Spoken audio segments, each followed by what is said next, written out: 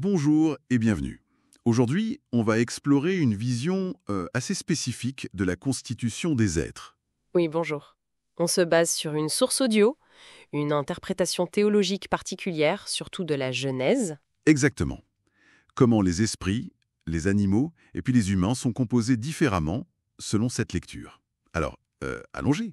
Tout à fait. L'idée centrale, c'est que la vie elle-même est vue comme un esprit qui vient de Dieu, mais qui s'incarne pas pareil pour tous. D'accord.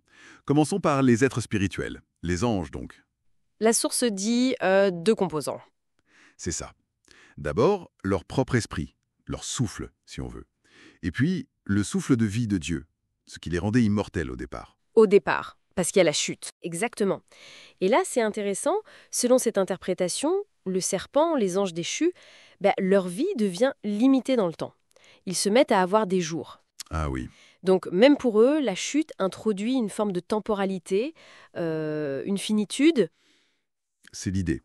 Et la malédiction, la manger la poussière, Oui. la source l'interprète de façon symbolique. Chercher à dominer l'homme, qui est fait de poussière, par la séduction, quoi. Une lutte d'influence, en somme. Fascinant. Et si on regarde les animaux maintenant, comment sont-ils constitués, eux? Alors pour les animaux, c'est aussi deux éléments. Le corps, bien sûr, et puis l'âme. En hébreu, c'est le mot nefesh. Nefesh, âme. C'est le même souffle de vie divin que pour les anges. Pas tout à fait, selon cette source. L'origine est un peu différente. Dieu insuffle d'abord cet esprit de vie dans les eaux. Dans les eaux primordiales. Voilà. Ensuite, la terre est tirée de ces eaux. Donc la terre elle-même est déjà porteuse de cette vie. Les animaux, formés de cette terre, vivante, reçoivent donc cette nefesh. D'accord. Et la source insiste. Cette nefesh, qui veut dire respiration à la base, elle est dans le sang. C'est là qu'est la vie animale. Le sang comme siège de la vie terrestre, issu des eaux via la terre. C'est ça l'idée. C'est exactement ça. La vie, la nefesh, ancrée dans le sang. Bon, mais alors, pour l'être humain, c'est là que ça devient vraiment différent, non? La source parle de 3 éléments. Tout à fait. C'est la distinction clé de cette interprétation. L'homme serait tripartite. Il y a d'abord l'esprit, appelé Adam, L'esprit Adam.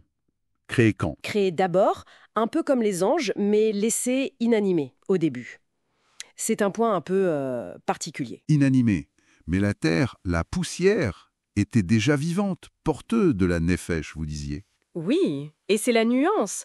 Le corps est bien formé de cette poussière qui contient cette vie terrestre et symbolise aussi la royauté. Mais ce n'est pas ça qui anime l'esprit Adam. Alors qu'est-ce qui l'anime, le 3e élément? Exactement. L'âme ou le souffle de vie spécifique à l'homme. Quand Dieu insuffle cette haleine de vie, le but n'est pas juste de donner la vie biologique, la matière l'avait déjà en potentiel, mais de remplir l'esprit Adam du Saint-Esprit pour une mission. Ah, d'accord. Donc un souffle divin avec un but plus élevé, lié à cet esprit Adam préexistant. Et cet esprit de vie humain, il est où physiquement? Comme pour les animaux, dans le sang, c'est le lien. Mais il y a l'esprit Adam en plus, ça change tout. Ok. Récapitulons. Esprit. 2 éléments. Leur esprit propre plus souffle divin. Animaux. 2 éléments. Corps plus nefesh, dans le sang. C'est ça. Et homme, 3 éléments. Esprit d'Adam, plus âme souffle de vie spécifique dans le sang, plus corps. C'est une structure très précise. Voilà, une constitution unique. Et ça a des implications, selon la source. Par exemple, l'âme, l'esprit de vie dans le sang, retournerait à Dieu.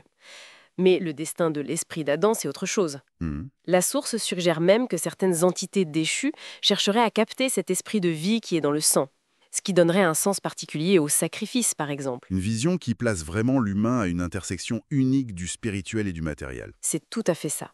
Et ça nous laisse peut-être avec une question pour réfléchir un peu plus loin que la source, non? Allez-y. Si on accepte cette distinction entre l'esprit d'Adam, créé, et l'esprit de vie, l'âme dans le sang, qu'est-ce que ça pourrait nous dire de plus sur la conscience humaine, sur notre identité profonde, ou même sur ce qui se passe après la mort?